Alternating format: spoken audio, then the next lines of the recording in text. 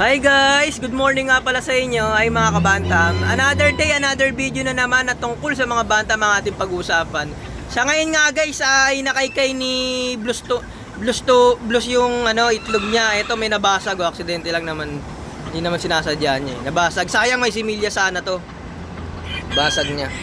Ngayon ay nangingitlog na si Blues ngayon. Nabasag niya yung isa, so ano na dapat yan? 7 na sana yung itlog niya. Ito na sana yung itlog niya. Pwede na sana siya magnineng kaso nabasag yung isa eh. So ang maglilimliman niya na lang 6. 6 na lang malilimliman niya. Sayang ito pang ano na sana to. Pang 7 na sana tong itlog niya eh. Sayang may similya pa naman to. Sayang, ilalaga ko na lang to. Pwede naman to kainin eh. Ilalaga ko na lang. Umpisa na yan ang paglimlim ni Blues. Babalikan natin siya mamaya, hindi siya pwede istorbohin eh.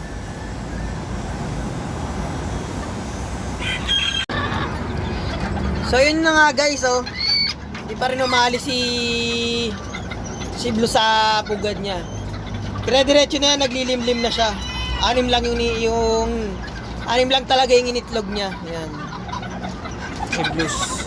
Mamaya tatakpan ko to ng itim na tela o kaya itim na plywood. Mamaya tatakpan ko para di siya mailang. Kukuberan ko yan mamaya. So ngayon nga guys ay ito naman si Ivory ng itlog na to. Bali 3 na yung itlog niya. 3 na yung itlog nito ni Ivory.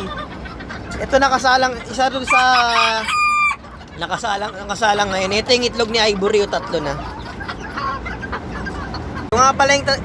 Ito nga pala yung itlog ni Ivory, 3 na to. Balik kulang pa to ng 4. Yan. 4 o 5. Tatabi muna natin to. Gagawa lang natin to si Ivory ng pugad.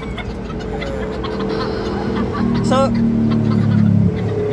yun lang guys muna ng ating video ngayon. Kung interesado po kayo sa mga ganitong video, mag-subscribe lang po kayo, like and share para marami pa po tayong mapag-usapan na tungkol sa mga bantam.